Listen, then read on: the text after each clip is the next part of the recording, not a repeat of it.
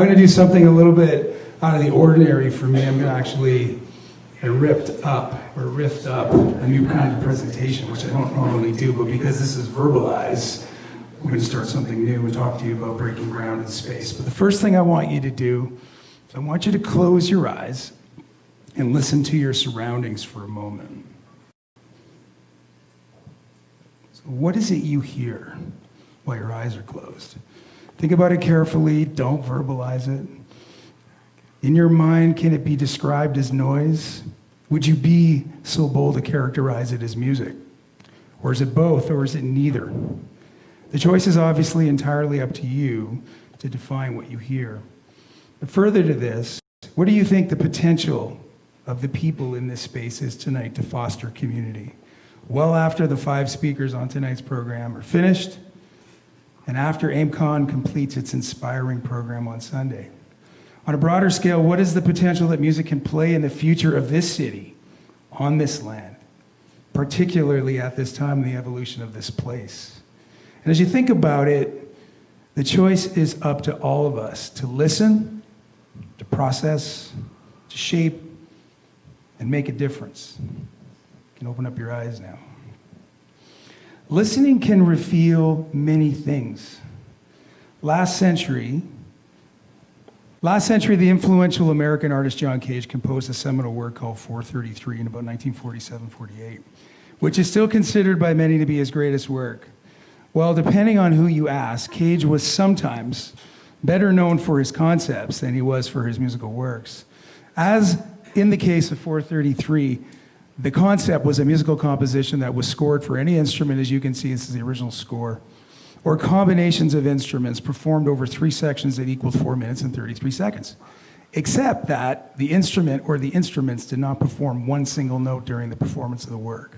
Instead, Cage reversed the concert experience by putting the focus on listening, not to the performers on stage holding the musical instruments, but to sounds that occurred within the space where the performers occurred, so that the composition itself became what was heard within the space at the moment. The net effect of this very controversial concept at the time was the idea that any sound could be considered music that occurred during a period of time. This type of concept became known as chance performance or indeterminacy. The chance being that there was always an element of newness, unknown, and risk about a performance, given that it occurred in a different place. And this became an aesthetic that became synonymous with John Cage throughout his long life as a prolific artist. Because we are on the eve tonight of AEMCON's conference, in a sense, Cage gave musicians, composers, and the general public a whole artistic aesthetic permission to go well beyond the tonalities of standard instrumentation like violins and pianos and trumpets and guitars, and engage with an infinite possibilities of sound around you, incorporating non-musical sounds into music, including sounds that at the time in the late 1940s and early 50s were derived electrically, a foreshadowing of electronic music's future progress. So how does the story about John Cage's 433 and the importance of listening through silence relate to how a physical space can change a creative community and place? This is the first page of John Cage's score in the 1940s. It's the first page. And what have I learned from this ongoing journey and quest throughout the years that I've been involved in musical spaces and community? Well, what I've observed from my training as a musician, as a musicologist, being on the front lines of building and fostering music culture for over 30 years, is that listening has been a central theme to having a life in music. In other words, listening to the environment around me has been and continues to be critical to being put in a position to create the conditions that allow for physical space to materialize and eventually impact a creative community of people, ideas, and ultimately the transformation of a place. I really had no choice in my life but to learn how to listen during my upbringing. I grew up in a really busy city of Montreal where I lived for the first 26 years of my life. There were 5 kids in our family where I was the youngest, 2 parents who were second-generation immigrants who were also multilingual.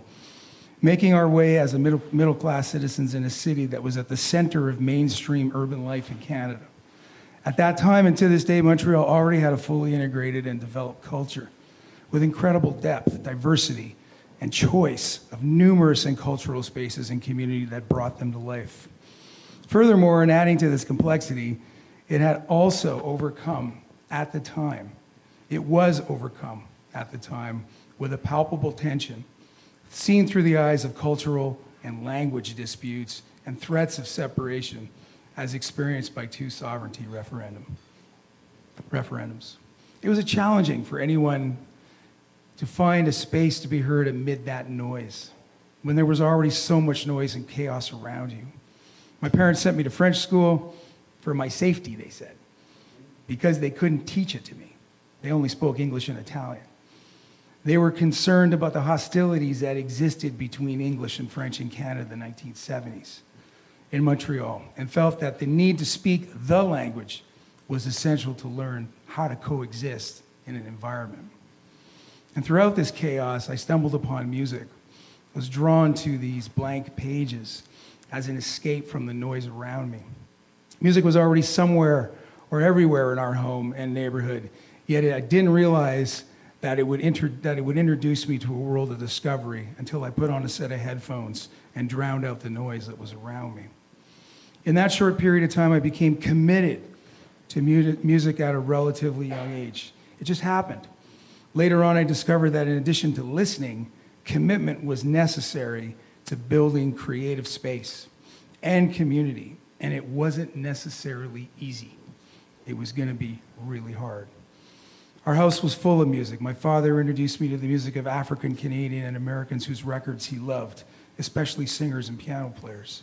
My mother and siblings introduced me to the soundtracks of musical theater and the music of the day, the city where I lived, to the music culture that was available on the streets, as well as in the venues and the clubs in the day and late at night. In those days, Montreal was a city where you became an adult at a very young age because of the ever-present nature of culture, and most embraced it. Most didn't, or many didn't, and they moved away.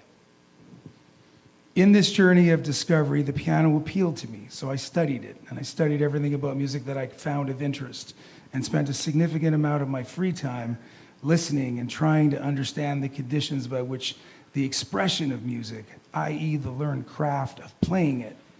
And in a roundabout way, I discovered that the creation of places where music happens showed much more greater interest to me. This sowed the seeds for what eventually became a full-time journey with no plan B that continues to this day as a listener, an observer, and a doer of musical things. I got drawn to campus radio at Concordia University in Montreal, future musical studies at Edmonton and Calgary, and then seeking out learning from mentors on the front lines of music who were space makers and community builders in both music and non-music worlds. Eventually in Calgary in the late 1990s, several chance encounters occurred, and being at the right place at the right time opened up opportunities, including I became the first staff member of what was then called Cantos Music Foundation, which led to be given the opportunity to shape and direct the development of the creation of a musical instrument collection and equipment for 18 years, beginning in 1998. It was there that I first witnessed firsthand the importance of collaboration, another key learning to a space and community, as we had a space, but very little else in terms of budget and what to do with it. So we became a do-it-yourself culture and built additional support over the years, over time. And how did that occur? Largely by listening to the desires of do-it-yourselfers in this particular city and philanthropists who believed in giving the gift of music was not so much about how to do that, but just the premise of doing it. From 1998 onwards, I continued to listen carefully and seek out what was being said about this land and its future, and wondered out loud if music could have a future in this city. An important future, a broad future. This included many things. Living behind the ship and anchor. where my basement apartment was situated, and listening to conversations at the back door of the Ship and Anchor, many of them. Seeking out listening to how musical cultures around the world develop, and how the places were formed, and how those places were formed, and on what terms. Identifying and listening carefully to mentors and people that were inspirational here on this Treaty 7 land, here in Mohkinstsis, here in Calgary, in Alberta, in Canada. One of my biggest musical mentors said to me, if you want a life in music, have nothing to fall back on, and you won't fall back.